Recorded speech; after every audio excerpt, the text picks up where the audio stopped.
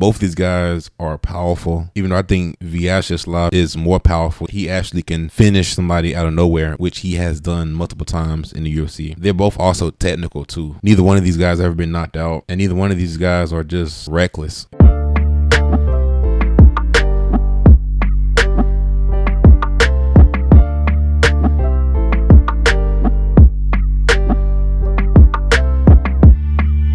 First off, like this video and subscribe. Mike Davis versus Viacheslav Borshchev. Fighter number one is Mike Davis, 9-2, decent guy, decent fighter. What he really stands out is his boxing, his footwork, his movement, his athleticism. He has a lot of power, but he only showed it once in the UFC, and that was against Thomas Gifford. Yeah, he was able to land a left hand and a right hand over the top to put Thomas away. But in other fights prior to that, he showed he had some power, but he didn't really show devastating power. I guess he had 7 KOs, but most of those came outside the UFC, which we know like the UFC is a different ball game. Yeah, but he has real good movement, and it's interesting because his opponent Viacheslav is like the opposite, because he's not really known for his athletic ability nor his speed or his movement. But the thing is, Mike Davis been inactive. He hasn't fought since January 2021. But like a lot of people are high on Mike Davis. He's extremely talented. If you take away that Gilbert Burns fight,